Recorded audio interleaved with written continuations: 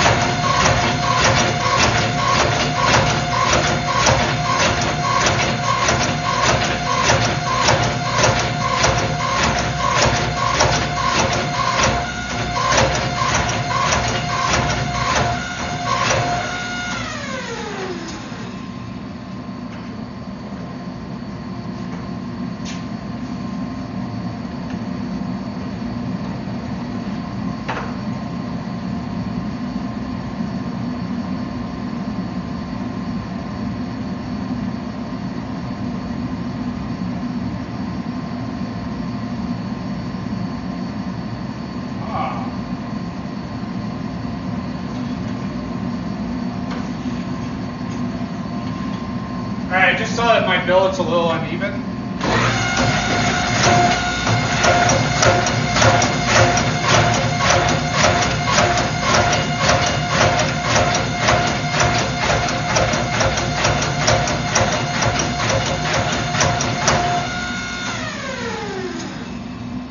It's a little better.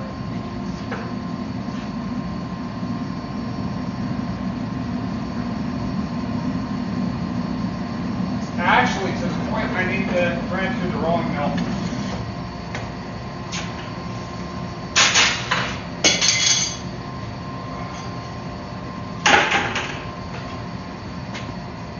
Hey, welcome everybody. Thanks for joining me. Right now I'm working on two billets. The really big one is the final stage of my, Mishka, stop. Sorry. The final stage of my Kumai. Yes, I was talking to you. And so it's a big billet. Started out 4 inches long, or 4 inches wide, 6 inches long, and like an inch thick, I think. The other billet is a Damascus clad copper kumai with an 80 CRV2 core. It's actually going to be a spear, my first one.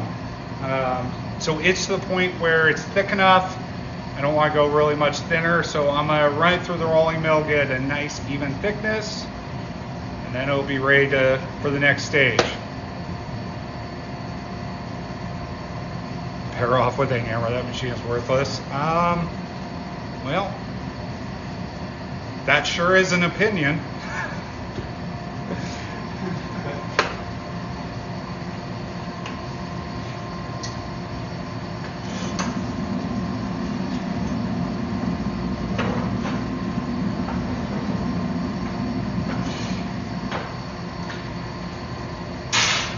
All right, just rotating the billets really quick.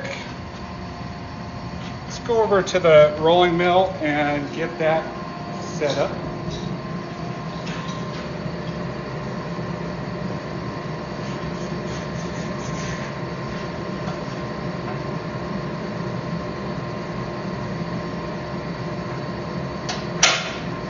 I'm just guessing at thickness.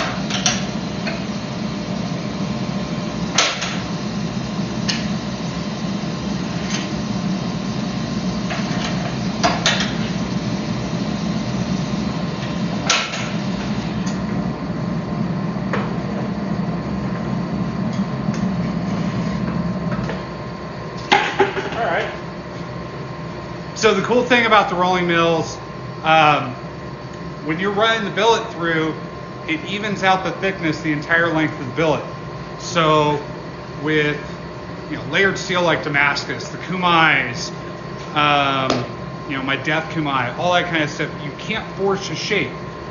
One, it won't handle it. Two, it's not going to look right when it's done. Even if you can get it to shape properly, the pattern's going to be all messed up. So with this, making it all an even thickness, we go to do stock removal from the billet. Just makes the whole process a lot easier and a lot faster.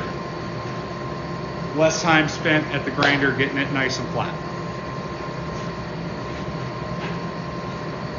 Let's go back over to the press that is apparently worthless, according to one of the viewers.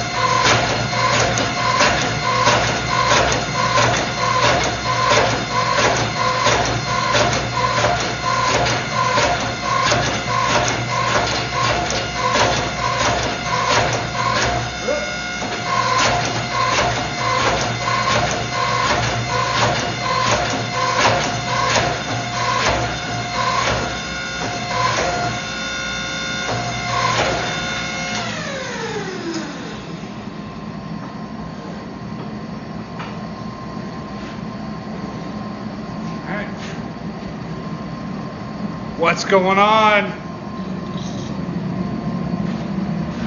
Knife Freak Knives in the house. All right, going back to the rolling mill. If I can get this billet out.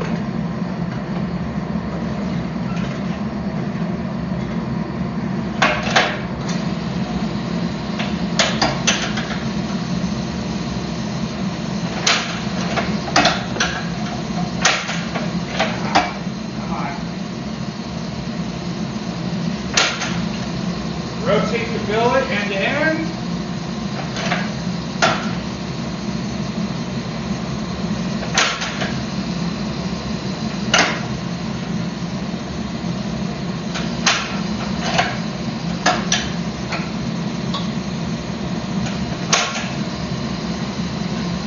Good enough for now. Back in the fire.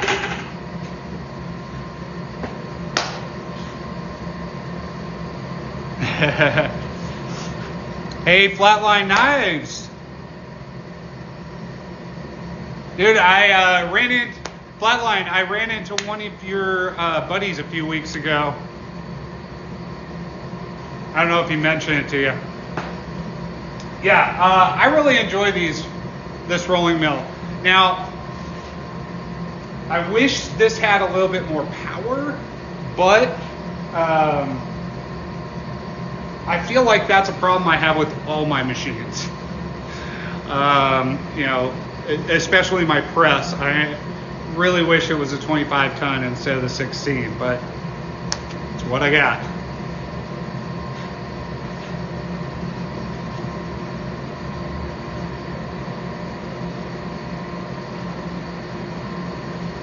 I'm very quickly running out of gas in that tank, so at some point I'll have to switch over. But got enough for a little bit more.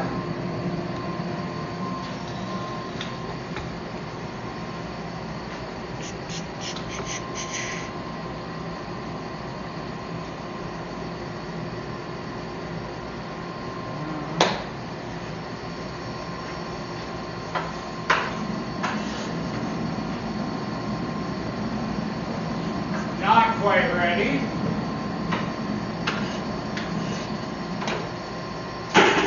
That's all right. Afternoon, how you doing? Well, it's still morning here. It's only 10:30 for me. I'm looking outside because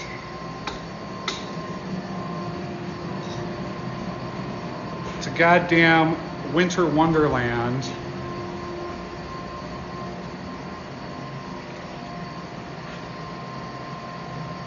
Yeah. Some bullshit. But whatever. I'm just sick of the snow.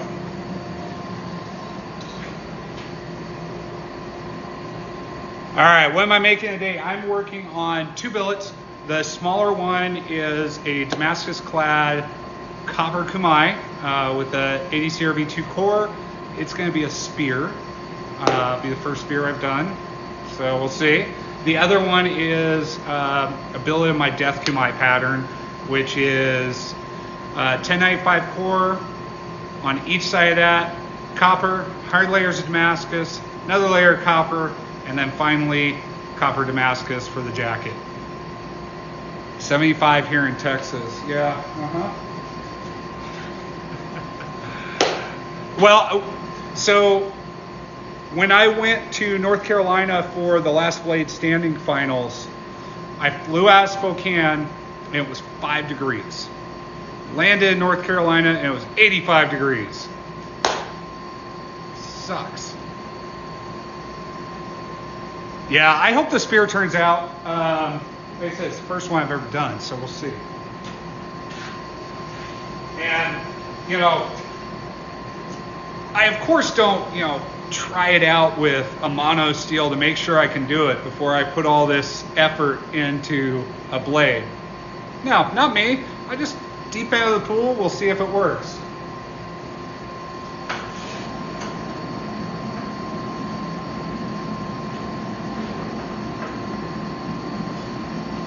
Bear with me, I gotta flatten this billet.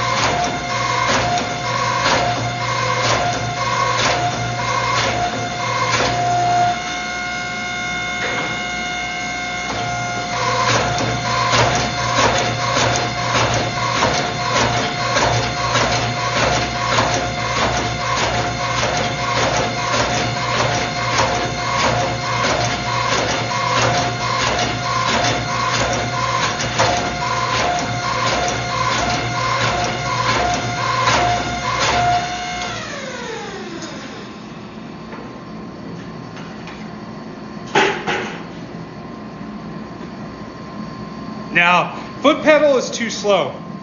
I was actually just going to mention that because I always have people say, why don't you use the foot pedal? I don't like to. I can go a lot faster with my hand, with the hand lever, than I can the foot pedal. Now, part of that's probably practice, but I'm more comfortable doing it that way, so it's what I do.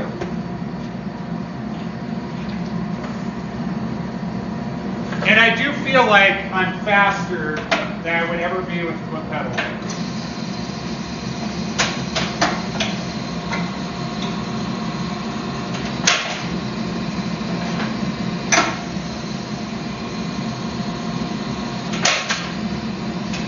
Rotate the billet.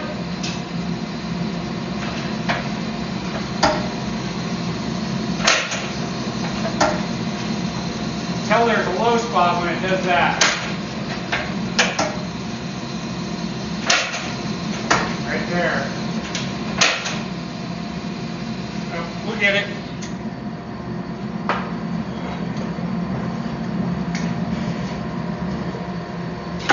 Alright. Yeah. Knife freak later. Have a good one. Yeah, whatever works. I mean, everybody does it a little differently. Sir Knife, how you doing? I'm doing good. It's been a hectic past couple weeks, starting with last blade standing, and then 2 days after I got home from that, family and I went on a trip to Seattle Comic-Con. We had a really good time, and we were gone for like 6 days. We've been planning that trip for over a year. And what else? So I got a short week this week, and then next week I have a short week because I'm doing the Spokane Bighorn show. It's this big sporting goods outdoors convention, and so it's going to be my first big show. We don't really have knife shows here, not that I'm aware of, not that I've ever seen. So hopefully it's good, but it's going to be a lot of work, especially because Wednesday I think I got to start setting up.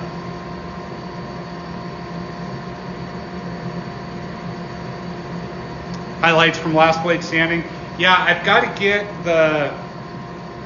download when they were testing my sword and crop it and make it so it's usable on here so I can post it, because it's like 6 or 7 hours and you have to download the whole thing. It sucks, but I just haven't gotten around to doing it. But should do it here pretty soon.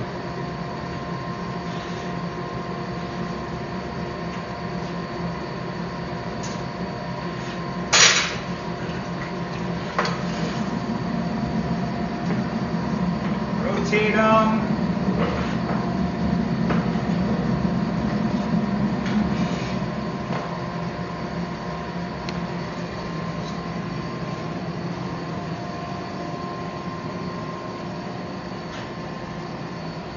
Maybe.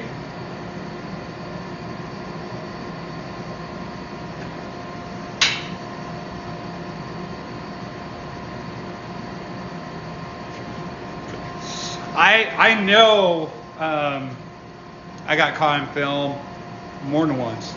I know I was in one of Norris Forge's videos and a couple others.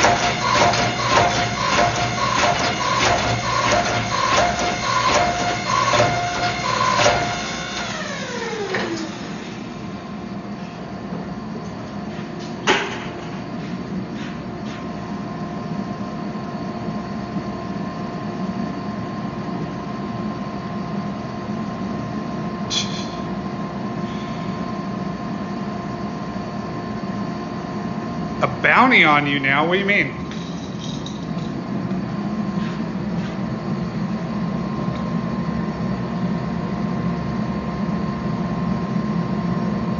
Skillet?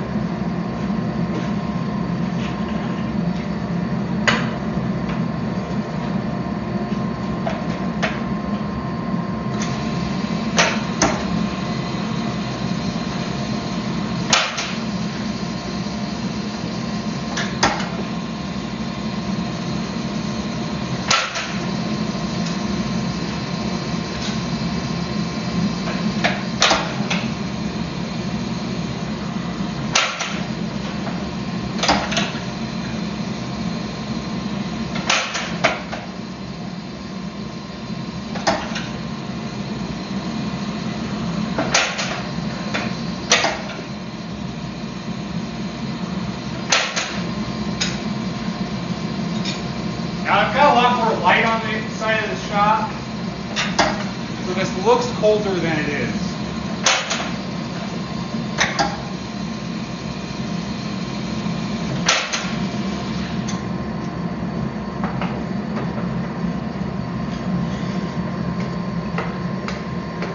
Plus, it's super hard to judge the color through the camera.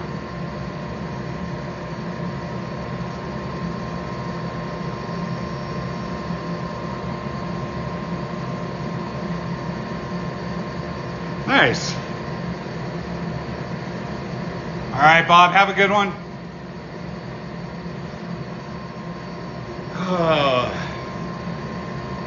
Yeah, I'm in this weird length of hair where the only way it looks good is like this. So I decided a few months ago I was going to let my hair grow out again. I missed a couple barbershop appointments, and so I figured, you know what, screw it. I'm going to just let it grow out, and I've done it once before, and I kind of miss it. I'm not talking like really long, just like. But the other thing is I have to wear a hat when I'm forging. It's also why I keep my beard short, because with this ribbon burner and the way I've got it set up, anytime I open the door, it's like a jet engine right in my face. So eventually I'm gonna buy or build an atmospheric forge, a small one.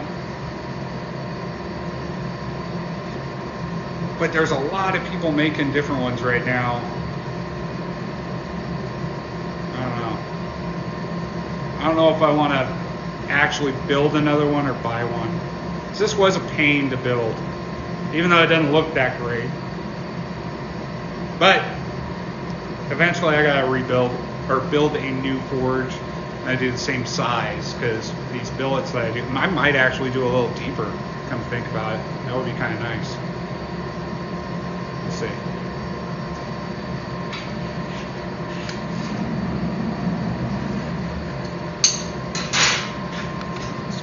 Back over here.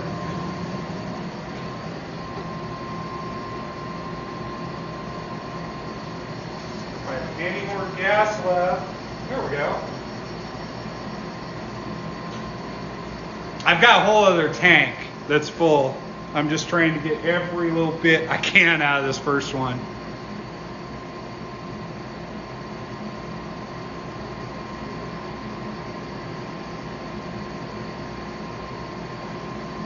Disgruntled gnome. I love it.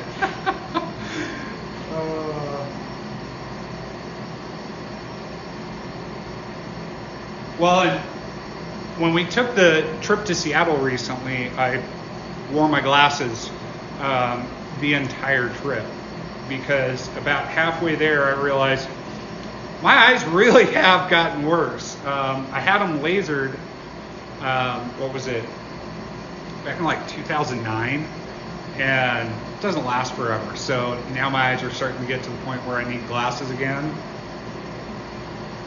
Oop. Hold that. Stand by.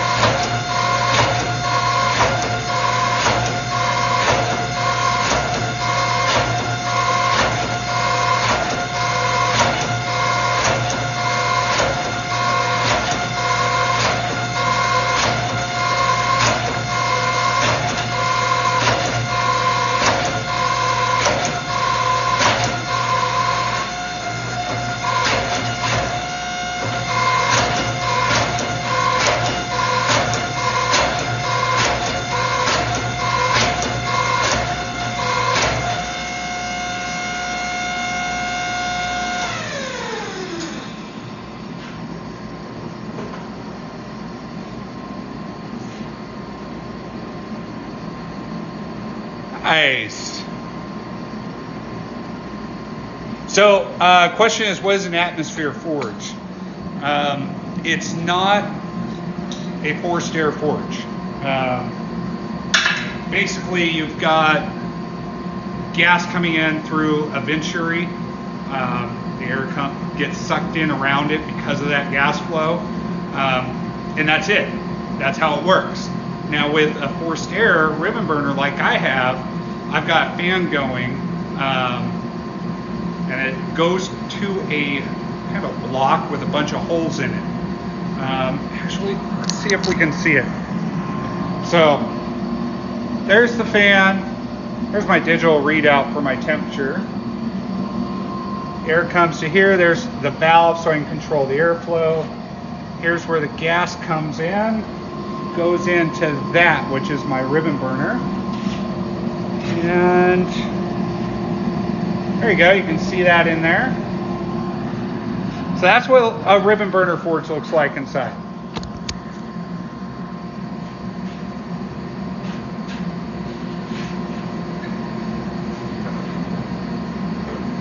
You got me distracted. I forgot what I was doing.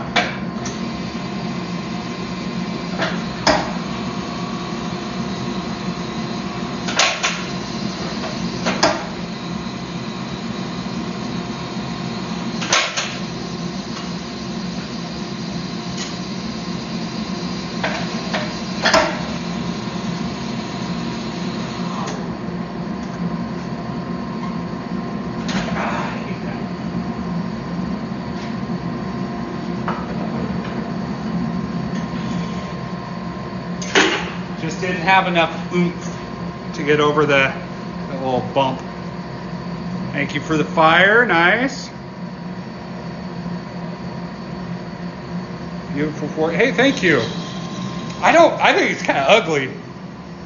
But then again, I'm not ever satisfied with things I make. That's part of being an artist, I guess. I literally took antique metal cart that was used at the post office, cut it up to make that stand. Chaz, I really like using the rolling mill. If you do a lot of billets like Damascus and things where you are not going to forge to shape, the rolling mill is where it's at, because you get it close down to like 1/4 inch thick, run it through the rolling mill down to the thickness you actually want or close to it. Keep in mind forge scale and all that. And it's an even thickness the entire length of the billet. That's why I love them. I wouldn't give that thing up for anything. In fact, I would use the rolling mill over my power hammer. I like my power hammer, don't get me wrong, but with the billets I do, this rolling mill is where it's at. But I do wish it was a little stronger.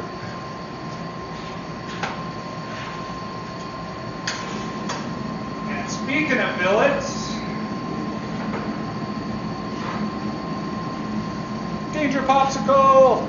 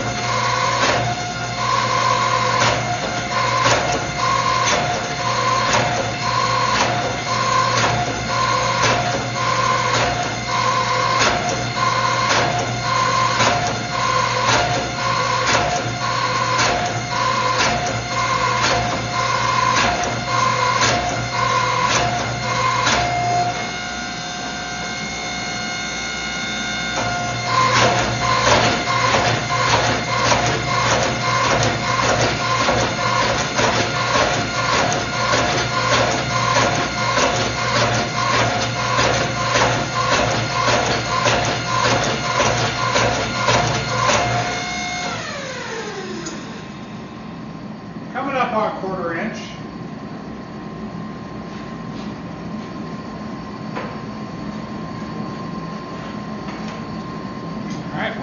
right back over to the rolling mill, try to finish that billet. Hopefully I'll run through this time.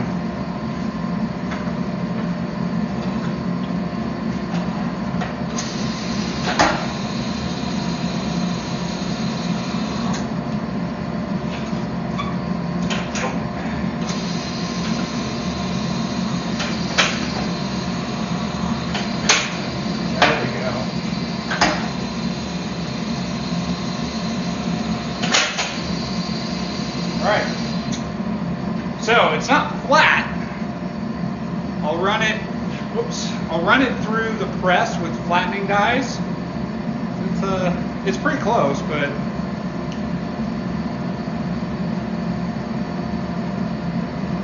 yeah. All right, put this in.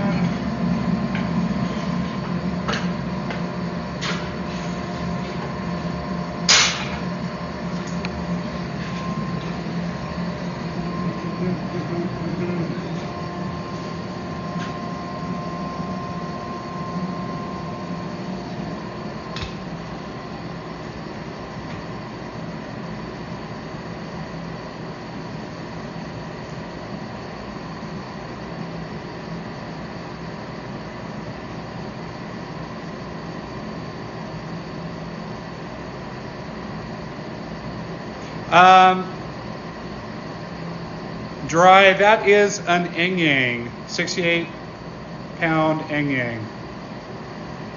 Hello.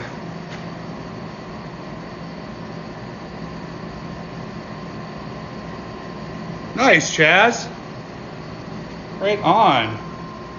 I appreciate the support with LBS. That was a lot of fun going to that competition. Hopefully I get asked back next year, and if I do, depending on what the blade is, but I'm going to definitely step it up a bit.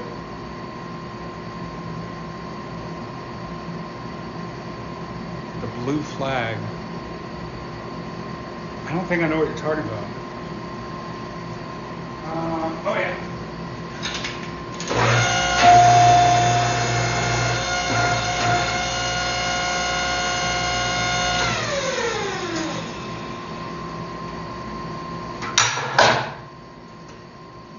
Dumb.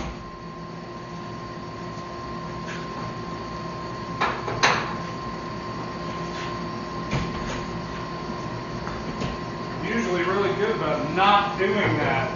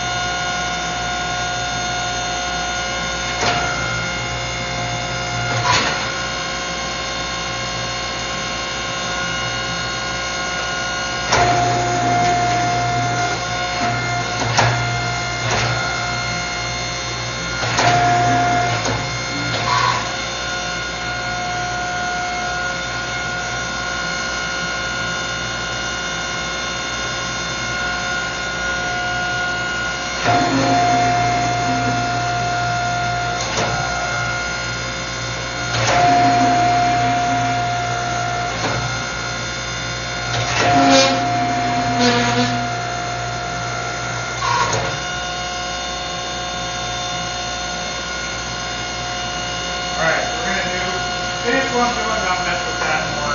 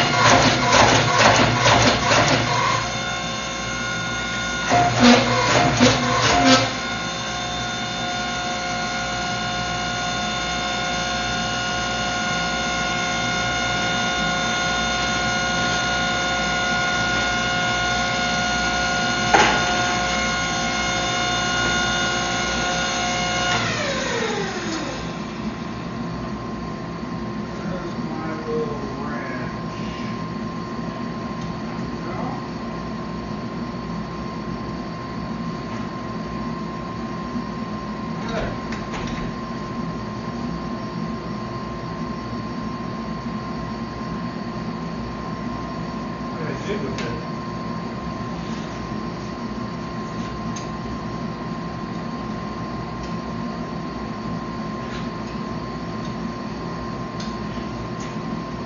That one doesn't work very well.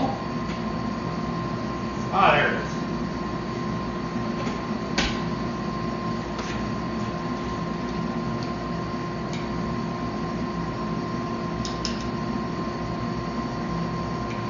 Sounds really odd right now. I'll make sure that we don't have problems.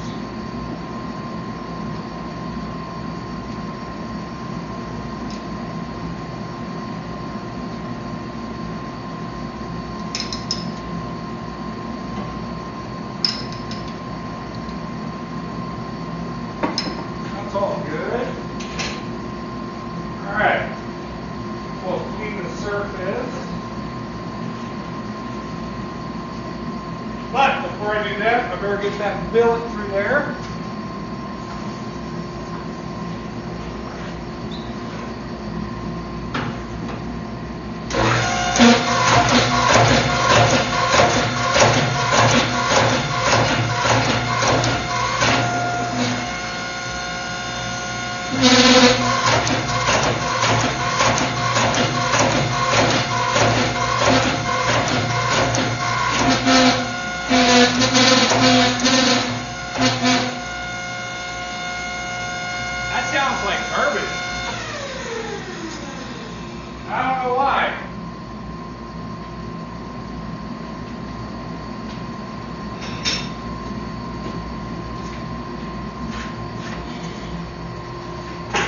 All right, I'm gonna take a break, mess with this thing.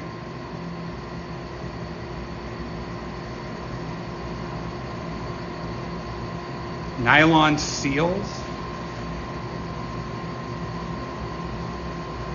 I don't know enough about hydraulics. I really don't.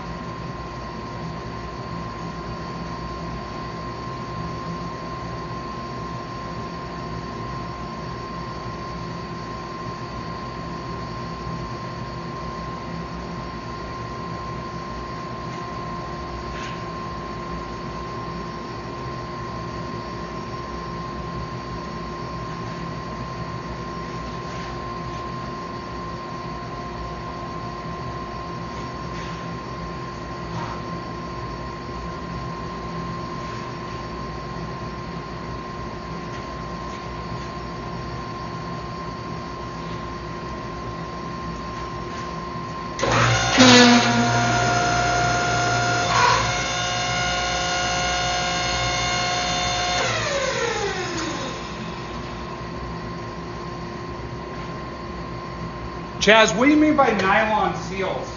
I'm really curious because, like I said, I don't know a ton about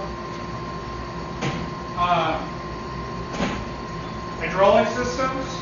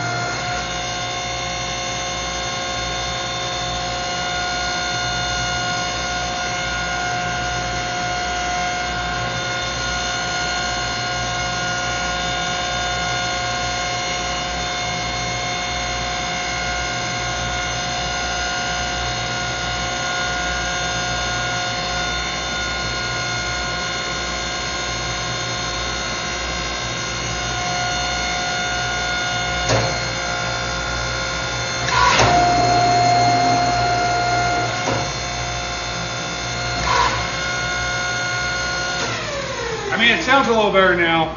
I'm wondering if the oil I got for it is incorrect.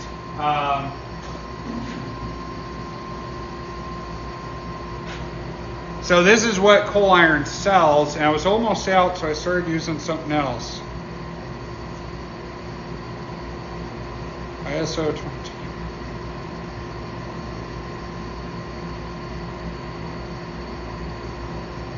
I think I'm gonna just have to order some more of this, because that may be what that sound was. It just didn't like the other oil that I got for it.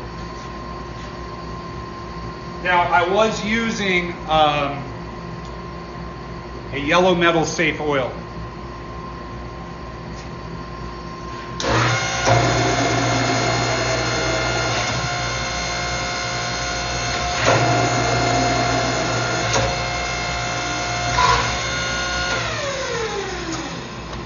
All right. Hey everybody, thanks for watching. I'm gonna take a quick break. I think I'm gonna keep messing with this stupid thing. I'll probably be back on a little bit later. As always, be kind, much love, have a great weekend.